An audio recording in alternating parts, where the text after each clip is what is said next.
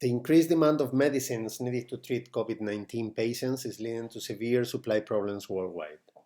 Our interviews with doctors and pharmacists confirm that in the absence of sufficient medication, they have even started to work with disused drugs that were on stock in hospital pharmacies.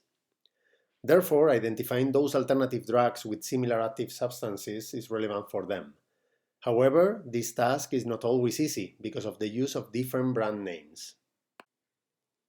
Our solution is focused on easing the exploration of the rich corpus of scientific literature around coronavirus, as well as finding even more relationships between drugs and diseases that have been reported by previous or current studies, as well as in clinical trials.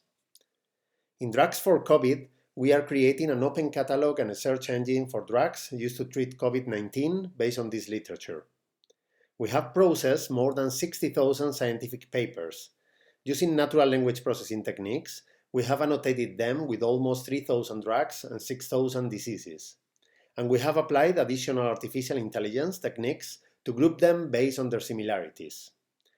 As a result, we now have a search engine and an open knowledge graph that doctors and pharmacists can use to search and navigate over this large corpus of scientific texts. We can now look for paragraphs that talk about COVID-19 and inflammation, for the most frequent diseases treated with chloroquine, or the drugs that are normally used together with lopinavir. Our inspiration came from the drug provisioning problem, which is an open issue in many regions in the world, including the EU.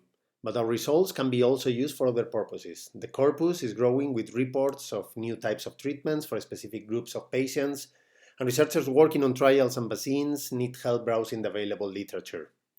So we will continue improving our solution. We will add more annotations, other drug and disease classifications, proteins, etc. And we will improve the quality of the current annotations, launching a citizen science project where we expect to receive tens of thousands of contributions from specialists.